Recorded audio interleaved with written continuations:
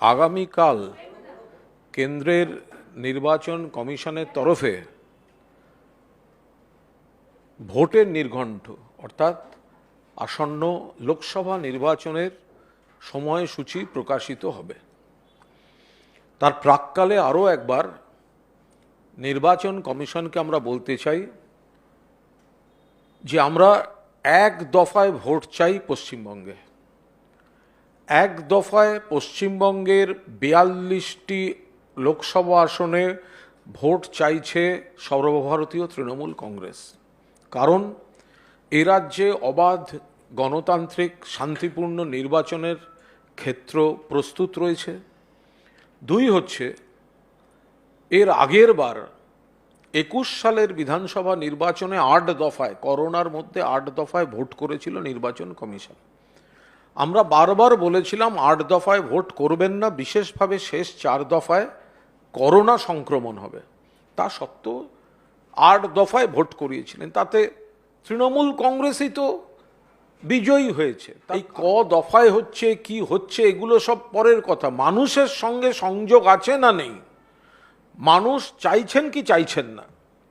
তো ফলে আমরা বলছি যে দীর্ঘদিন ধরে পশ্চিমবঙ্গে বিরোধীদের দাবি মেনে কয়েক দফায় ভোট, এতদিন ধরে স্কুল কলেজগুলোকে আটকে রেখে কেন্দ্রীয় বাহিনীর থাকা, পঠন পাঠন বিঘ্নিত হওয়া, এই ধরনের কাজকর্ম না করে এক দফায় বাংলায় আমরা ভোটের দাবি জানাচ্ছি। দুই, বাংলায় যে কেন্দ্রীয় বাহিনী আসবে তারা যেন কেন্দ্রীয় সরকারের শাসক দলের হয়ে কোনো কাজ না করে, মানুষের উপর অত্যাচার না করে, মানুষকে প্রভাবিত না করে।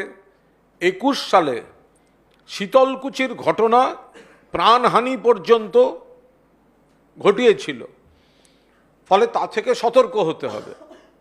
ফলে আমরা এই জাতীয় নির্বাচন কমিশন এই যে ভোট ঘোষণা করতে চলেছেন, আমরা তার প্রাক্কালে আর একবার বলতে চাই যে বাংলায় আমরা এক দফায় ভোট চাই, একদিনে 42টা আসনে ভোট হোক। দুই, কেন্দ্রীয় যে বাহিনী আসবে সেটা যেন ভোটারদের উপর প্রভাব খাটানো, ভোটারদের উপর আতঙ্ক তৈরি, ভোটারদের প্রভাবিত করা, বিজেপির হয়ে কাজ করা, এই ধরনের বেশ কিছু অভিযোগ এসেছিল। আতঙ্ক তৈরির জন্য শীতলকুচিতে গুলি চালানো, প্রাণহানির ঘটনা ঘটেছিল। এই ধরনের কোনো ঘটনা যেন না ঘটে, আশা করি সেগুলো কমিশন খেয়াল রাখবেন।